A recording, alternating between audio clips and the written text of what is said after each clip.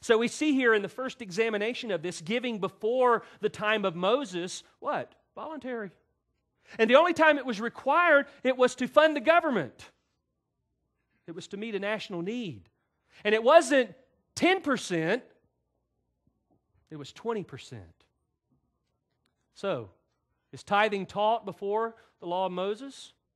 Well, we see the word tithe mentioned, so, and I've had people ask me this question, do you believe in tithing? And I have to say yes. This is there. But do I believe what you believe about tithing? That's usually the question that has to come back.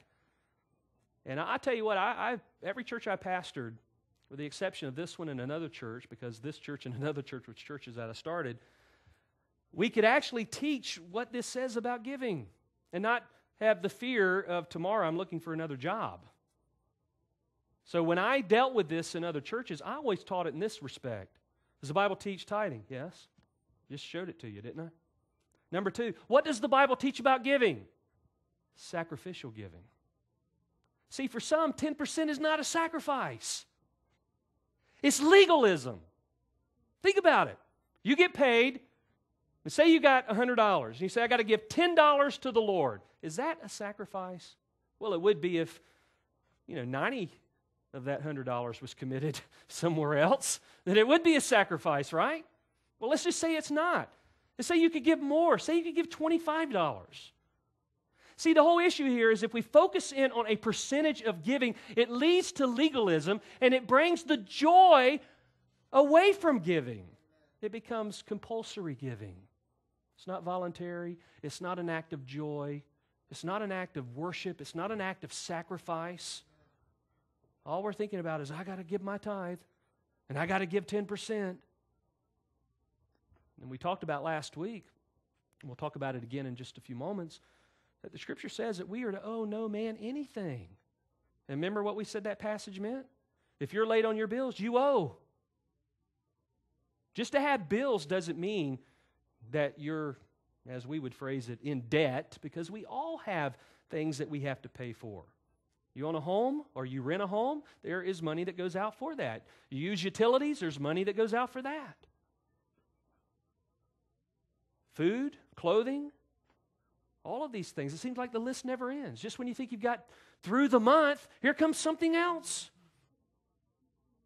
And now you're left with 5 cents. And then you got a little toddler that comes along and says, Daddy, I want some candy. You can't buy candy for 5 cents, can you? You used to be able to buy bubble gum for 5 cents. You can't anymore. You buy it for a penny. And no, I'm not old. It's in your lifetime. Okay? All right, let's look at giving from Moses to Jesus. During the time from Moses to Jesus, the tithe became a familiar term, and those who teach that tithing is God's universal principle for giving lean heavily on this period for their definition of tithing. But even during this period, there were 2 types of giving. Guess what they were? You got it, required giving and voluntary giving. Same thing in the same period, in this period. So let's look first of all at required giving. And let me have you to look at Leviticus chapter 27. Leviticus 27. And again, we're looking from giving from Moses to Jesus. Over in verse 30, it says, Thus all the tithe of the land, of the seed of the land, or of the fruit of the tree is the Lord's. It is holy to the Lord. If therefore a man wishes to redeem part of his tithe, he shall add to it 1/5 of it. For every 10th part of the herd or flock, whatever passes under the rod, the 10th one shall be holy to the Lord.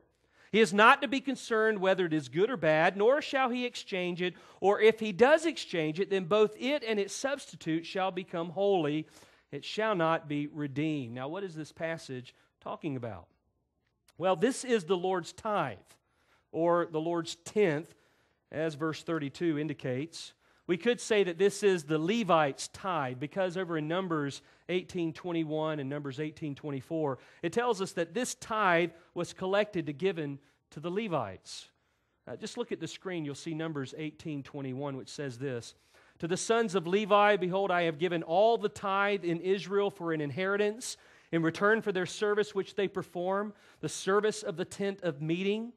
Then in verse 24 it says, For the tithe of the sons of Israel, which they offer as an offering to the Lord, I have given to the Levites for an inheritance. Therefore I have said concerning them, they shall have no inheritance among the sons of Israel. Now the nation was divided into 12 tribes, and one tribe was the tribe that had priests. It was the tribe of the Levites. And the taxation of the rest of the tribes, it went to supply the needs of the Levites. So the Levite tithe, as it's taught here in Leviticus 27:30-33, was 10% of everything that they had in terms of produce from the land as well as animals. Now they could give money in exchange for the land, the seed and the fruit, but they could not redeem the animals. They had to give them the animals. Now I want you to notice something here. The emphasis that is taught here is on quantity, and that belonged to the Lord. Now you see quantity giving. And what is this 10% for? It was a taxation to take care of the tribe of the Levites who served the people. By this time, the nation was a theocracy, a direct rule by God. There was no king in Israel at this time. Saul was not king yet. Directly ruled by God, a theocracy. In fact, in the passage that I mentioned earlier, Malachi 3:8, it says, will a man rob God? Yet you are robbing me. But you say, how have we robbed you? In tithes. Just right next to that. Taxation. You're not paying your taxes.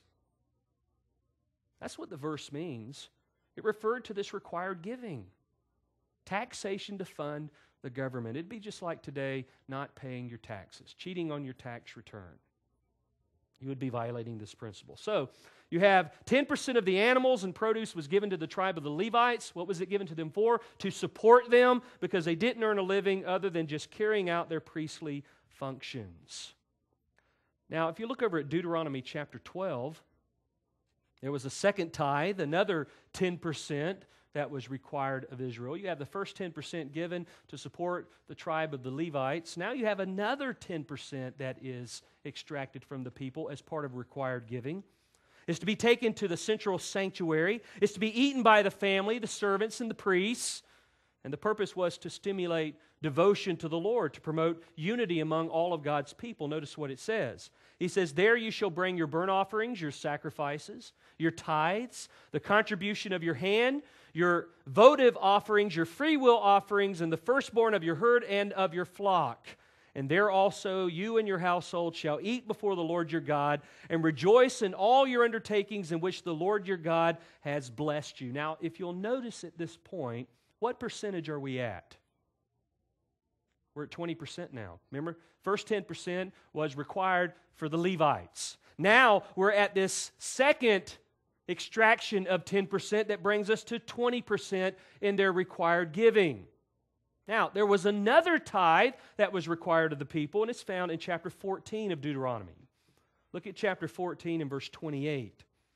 It says, at the end of every third year, you shall bring out all the tithe of your produce in that year, and shall deposit it in your town. The Levite, because he has had no portion or inheritance among you, and the alien, the orphan, and the widow who are in your town shall come and eat and be satisfied, in order that the Lord your God may bless you in all the work of your hand which you do. See, this amount was called the poor tithe. The first percentage was called the Levite's tithe. The second one was called the festival tithe, and now you have the poor tithe. Now we have 10%, which went to the Levites, 10%, which went to the festival, and 3 1/3%, that's 10% every third year, that went to the poor. That's 23 1/3%, which was given every third year. The rest of the time, it was 23%.